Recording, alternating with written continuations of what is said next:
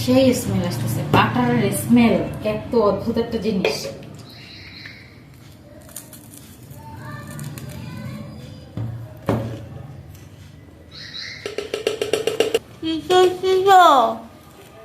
Tomato মুখের ভিতর খাবার নিয়ে জিজ্ঞেস করতেছে আমি কি করতেছি।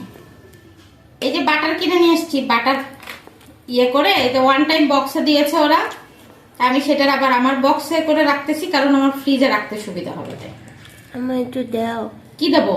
বাটার। বাটার দাও তারে, দুষ্টুকু থাকার। এই যে দেখো, এখানে 1 কেজি বাটার আছে, হাফ কেজির এই প্যাকেটটা হাফ কেজি, আর এই বক্সটা হাফ কেজি করে দিয়েছে।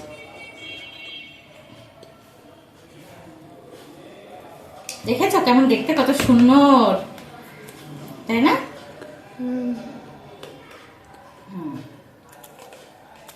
এটা দিয়ে টমেটো কি দিয়ে খাবে? পাউরুটি দিয়ে খাবে।